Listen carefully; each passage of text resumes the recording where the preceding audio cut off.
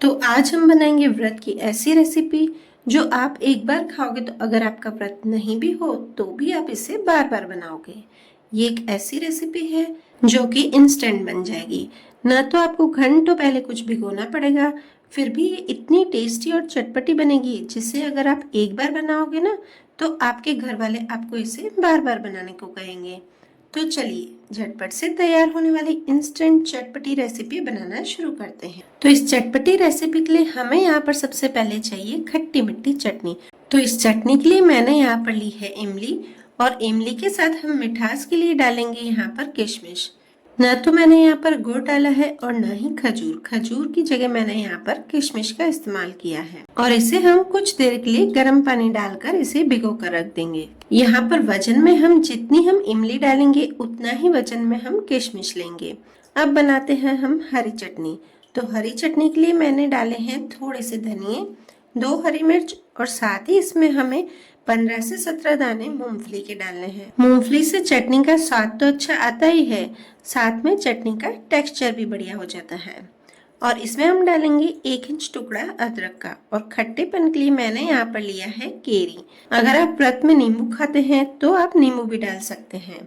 अब इसमें हम डालेंगे स्वाद अनुसार नमक और थोड़ा सा पानी ऐड करके इसे हम पीस लेते हैं।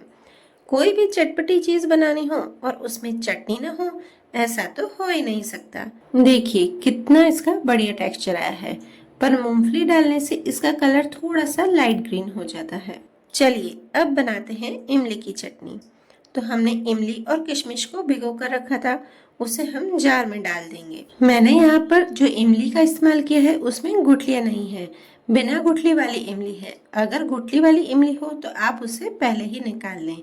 और कभी कभी ऐसा होता है ना कि बिना गुठली वाली इमली में भी 1-2 गुठलियां आ ही जाती हैं, तो उसे आप पहले से ही निकाल लें, नहीं तो चार के खराब होने का डर रहता है। मैंने भी यहाँ पर जो इमली ली है ना उसमें भी 1 गुठली आ गई थी, तो मैंने उसे निकाल लिया है। और फिर इसमें ½ टीस्पून जीरा ऐड किया है और स्वाद अनुसार सेंधा नमक, और इसे भी हमें पीस लेना है। पीसने के बाद ये काफी मुझे थिक लग रही थी, तो मैंने इसमें 1/4 ग्लास इतना पानी डालकर इसे एक बार और चला लिया है, क्योंकि इसे हम गैस पर भी 2 से 3 उबाल आने देंगे। तो उबाल आने के बाद भी ये थोड़ी सी थिक हो जाएगी। अब इसे हम एक पतीले में डालकर 3 से 4 उबाल आने देंगे, ताकि इसमें जो कच्चा पानी है वो न रह जाए। चलिए हमारी खट्टी मीठी इमली की चटनी तैयार है, और आप इससे चटनी को 3 से 4 दिन बनाकर फ्रिज में स्टोर भी कर सकते हैं। फिर जब भी आपको कुछ चटपटा खाना हो तो आप इसे निकालकर व्रत की भेल या व्रत के दही वड़े जो भी आप बनाना चाहें उसमें डालकर खाइए। चलिए अब बारी आती है आलू की। तो यहाँ पर मैंने 4 मीडियम साइज के आलू लिए हैं। अगर आपके पास बड़ी साइज के आलू हो तो आप वो लीजिए। इसे खाने में तो कुछ भी फर्क नहीं पड़ता, पर देखने में वो ज्यादा अच्छे लगते हैं। और इन आलू को हमें पील कर देना है और फटाफट से बन भी जाएंगे। अब हमें क्या करना है, इन आलूओं को बड़े बड़े गोल गोल टुकड़ों में कट कर देना है। आलू तो एक ऐसी चीज है ना जो सबके घर पे हमेशा ही रहती है, तो आपको कुछ सोचने की भी जरूरत नहीं पड़ेगी कि हमें बाहर से लाकर उसे बनाना है ना, एकदम आसान सा काम। अब आलूओं को अच्छे से हम वॉश कर लेंगे। तो वॉश करने के लिए यहाँ पे हमें पानी लेना है और उसमें थोड़ा सा नमक डाल देना है, और फिर उसमें हम डाल देंगे कट किए हुए आलू। आजकल मार्केट में सभी सब्जियों को ज्यादा दिनों तक स्टोर करने के लिए बहुत सारे केमिकल्स छिड़कते हैं, तो इसलिए मैंने यहाँ पर आलूओं को नमक वाले पानी में डालकर इसे अच्छे से धो लिया है। और दूसरी तरफ मैंने ऑयल को भी गर्म करने रख दिया है। और उसके बाद हमें क्या करना है, आलू को किसी कॉटन के कपड़े पर रखकर अच्छे से पोंछ देंगे, जिससे कि इसका सारा पानी कपड़े पर सोख हो जाए। क्योंकि हमें इन आलूओं को थोड़ा सा क्रिस्पी करना है, इसलिए हमें इसका पानी पहले ही सोक करना पड़ेगा, तभी हम इन आलूओं को ऑयल में डालेंगे। और जब हम इन आलूओं को फ्राई करने के लिए डालेंगे तो ऑयल अच्छे से गर्म होना चाहिए, और फिर इन आलूओं को ऑयल में डालकर उसके बाद हमें इसकी फ्लेम को लो कर लेना है, ताकि ये अंदर से भी अच्छे से पक जाए। अगर हम इसे हाई फ्लेम पर फ्राई करेंगे ना तो ये अंदर से कच्चे रह जाएंगे। क्योंकि हमने इन आलूओं को मोटा मोटा कट कर लिया है तो हमें इसे लो फ्लेम पर ही फ्राई करना है। और इसे हमें लगभग 80 to 85% तक ही कुक करना है। ऐसा हमें क्यों करना है वो मैं आपको बाद में बताती हूँ। चलिए, तो यहाँ पर हमारे आलू जो है वो 80 to 85% तक कुक हो गए हैं।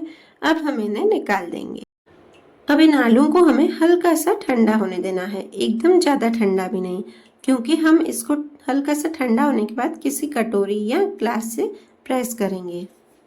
अगर हम एकदम गर्म में इसको प्रेस करेंगे तो ये पूरे ही टूट जाएंगे। मैंने कटोरी से आलू को धीरे धीरे प्रेस कर दिया है। तो प्रेस करते समय हमें ये ध्यान रखना है कि अगर हम इसे जोर से और जल्दी से प्रेस करेंगे ना तो ये एकदम पूरे ही टूट जाएंगे। तो इसे हमें दबाकर तो प्रेस करना है, पर एकदम धीरे धीरे। तो मेरे यहाँ पर सारे आलू अच्छे से प्रेस हो गए हैं। अब इसे एक और बार हम फ्राई करेंगे। तो हम आलूओं को यहाँ पर अब मीडियम फ्लेम पर फ्राई करेंगे जब तक ये गोल्डन ब्राउन ना हो जाए। चलिए, आलू यहाँ पर अच्छे से फ्राई हो गए हैं और देखो कितना अच्छा गोल्डन ब्राउन कलर आ गया है। अब इसे हम निकाल देंगे। अगर आपको व्रत में कुछ चटपटा खाने का मन भी हो और कुछ चटपट से बनाना भी हो तो आप इन आलूओं को एक बार फ्राई करके उन्हें प्रेस करके किसी एयरटाइट कंटेनर में फ्रीज में 2 से 4 दिन तक स्टोर करके रख सकते हैं। और जब आपको खाने का मन हो तब आप इसे फ्रीज में से निकाल कर एक और बार फ्राई करें और इसकी चाट बनाकर खा सकते हैं। और यहाँ पर मैंने गैस की फ्लेम को ऑफ कर दिया है और मैंने इसमें थोड़ी सी हरी मिर्च को कट करके भी फ्राई कर लिया है। अब जो आलू हमने यहाँ फ्राई किए हैं उसमें थोड़ा सा हमको चटपटा बनाने के लिए मसाला भी डालना पड़ेगा। तो मैंने यहाँ पर एक बोल में डाला है ½ टीस्पून काली मिर्च का पाउडर, स्वाद अनुसार सेंधा नमक और चाट मसाला, और साथ ही इसमें जीरा पाउडर ऐड करके इन मसालों को हम अच्छे से मिक्स कर देंगे। अब जो आलू और हरी मिर्च को हमने फ्राई किया था उसे हमें डालकर इसमें मिक्स कर लेना है। चलिए, ये अच्छे से मिक्स हो गए हैं। अब इस चाट में जाएगी दही। तो दही को भी हमें अच्छे से फेंट लेना है। तब विस्कर से या स्पून से किसी से भी दही को फेंट लें। जैसे हम दही वड़े में दही डालते हैं ना, बस वैसे ही हमें दही की कंसिस्टेंसी चाहिए।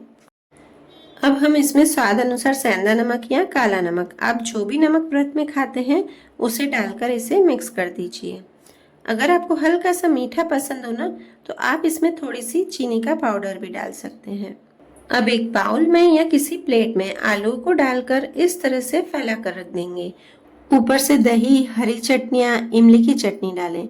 बस जैसे आप दही बड़े के ऊपर दही डालते हैं ना, वैसे ही। तो मैंने यहाँ पर दही और इमली की चटनी और हरी चटनी दोनों को अच्छे से डाल दिया है। हम कोई भी चाट बनाए तो चाट का असली मज़ा तो चटनियों से ही आता है। अब ऊपर से मैंने ये मेरे पास तीखा वाला फलारी चिवड़ा था तो मैंने ऊपर से इसे भी डाल दिया है और थोड़ा सा ऊपर से चाट मसाला भी छिड़क दिया है। साथ में ऊपर से हम इसे हरे धनिया और किशमिश से गार्निश कर देंगे। अगर आपके पास अनारदाना हो तो आप उसे भी डाल दीजिए, बहुत ही टेस्टी लगता है। और ऊपर से आप फ्राई किए हुए मूंगफली के दाने भी डाल सकते हैं, पर मैंने यहाँ पर जो चिवड़ा डाला है ऑलरेडी उसमें मूंगफली के दाने हैं तो मैंने इसमें ऊपर से नहीं डाले हैं। तो लीजिए, चटपटी झटपट से बनने वाली व्रत की चाट रेडी है।